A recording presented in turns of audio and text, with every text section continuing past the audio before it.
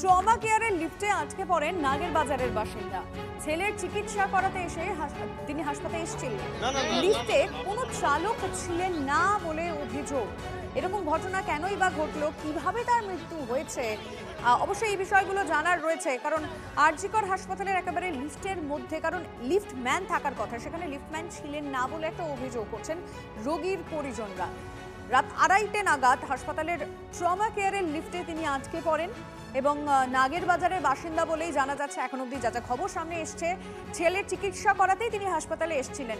তারপর মধ্যরাতে ঠিক কি হলো নজর রয়েছে।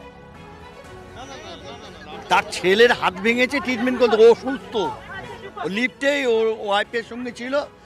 তারপরে লিফটটা খুললেই বেঁচে যেত, লিফট আটকে গেছিল। কোনো লোকও নেই? না, লোকও নেই, কেউ নেই, না কোনো লিফটার নেই, কেউ নেই, কোনো সিকিউরিটি নেই, কিচ্ছু। এটা হয়েছে রাত্র 2-2:30টার দিকে হয়েছিল। ওই লিফট দরজা আটকে গেছে, দরজা খুলতে পারে না, চিল্লাপাল্লা করছে, অসম্ভব দরজা টাকাটাকি করছে। সিকিউরিটি গার্ড বলছে যে আমার কাছে চাবি নিয়ে আমি কি করে খুলবো। ভদ্রলোক, বাচ্চা, মুখে একটা লেডিস ছিল, লেডিস না, একজন তো মারা গেছে, একটা ছেলেটা মারা গেছে।